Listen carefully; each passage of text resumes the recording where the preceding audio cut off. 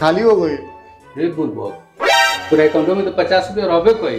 50 रुपये निकाले के चक्कर में ओकर सिस्टम में हैंग हो गई। हमारे अकाउंट में तो एको पैसा ना रहा।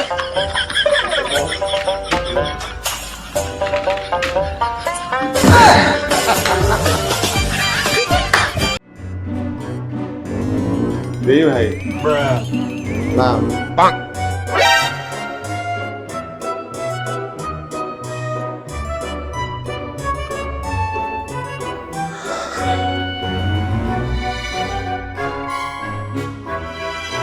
मास्टर साहब, हमार किस्मत तो ऐसा बा कि हाथ में सोना के सिक्का आ जाए वो लो आओ। किस्मत जेब में ना होला, दिमाग में होला।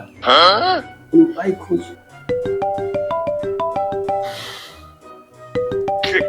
भाई क्या? हेलो हेलो, हाँ नीरज जी बोलते नहीं? हाँ नीरज बोल रहे हैं। अरे बहुत बहुत बधाई हो नीरज जी। रउआ प्रधानमंत्री मुफ्त हवाई यात्रा योजना के अंतर्गत लॉटरी जीतले बानी। अरे रउआ स्विट्जरलैंड जाए के 10 लाख रुपया के वाउचर जीतले बानी। 10 लाख? हाँ मास्टर साहब, हमार तो निकल पड़ल 10 लाख के लॉटरी लागल बा। हाँ हाँ हाँ। ए भाई, हमरा स्विट्जरलैंड जाए खतिरा का करे के होई? अरे कुछ ना बेटा, खाली अपन बैंक अकाउंट नंबर हमरा के भेज दा, ऊपर जौन ओटीपी जाए तौन हमरा लगे भेज दिया, तार काम हो जाए। ओटीपी लिखी 0221। महाराज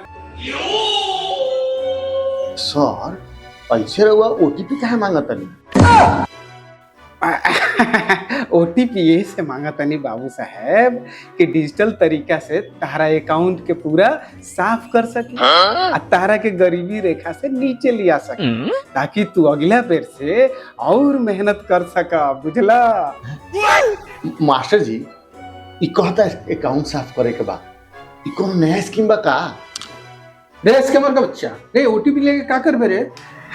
मास्टर जी, हम तो ये देखत रहनी है कि रउआ मोहल्ला में बहुत सारा महामूर्ख लोग बा। तो हई देखी, हई डाल देनी ओटीपी आ हई हो गई अकाउंट साफ। अरे हमारे अकाउंट तो साफ कर देला, एमे हमार का फायदा भइल? फायदा भइल नु? आए बताओ, इतना महंगा तू सबक सीखला है, ई तारा भेटाई कहीं?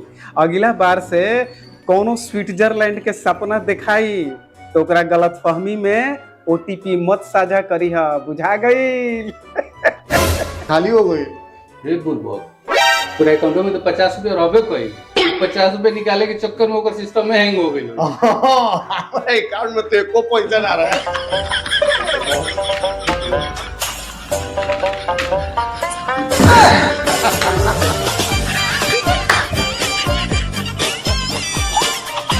भैया कोनो एक अनजान स्कीम के चक्कर में मत पड़ी, ना तो ओटीपी देला के चक्कर में अकाउंट खाली हो जाई। और रउआ लोग इनके हिट डायरी के कार्यक्रम अच्छा लागल होई तो लाइक करी, सब्सक्राइब करी और शेयर करी।